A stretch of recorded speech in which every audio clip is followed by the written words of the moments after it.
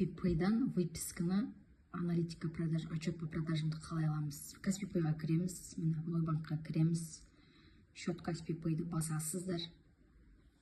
Осыдан мына үшінші тұрған выписка деген таңдайсыздар. Периодты таңдап аламыз, за период басамыз.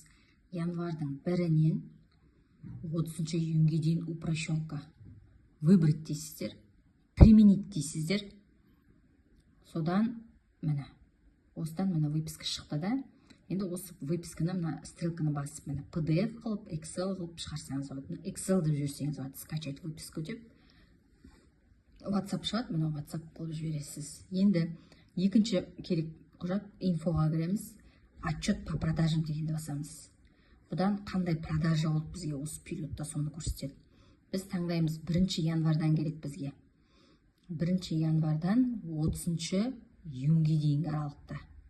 Мына осындай продажа болды, осыны мына осы светті түсіріп аласыз да телефонмен, сосын келесі отправить деп, мына PDF, Excel деп PDF қылып, бұны PDF қылып жіберсеңіз болады. Формируем отчет, ары қарай отправить деп жібереміз. Болды.